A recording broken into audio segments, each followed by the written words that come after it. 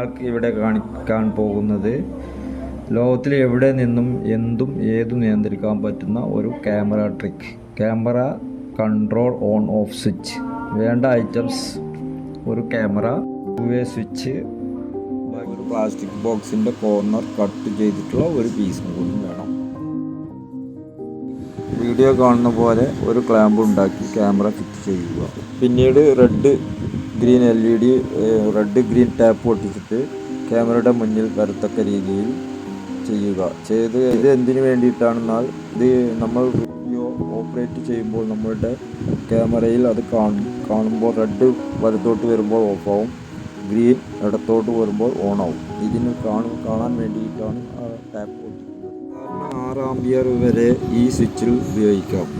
കൂടുതൽ ആംപിയർ അതായത് വാട്ട്സ് ഉള്ള മോട്ടോറുകൾ ഓപ്പറേറ്റ് ചെയ്യാൻ കോണ്ടാക്ടർ റിലേകൾ ഉപയോഗിക്കുക.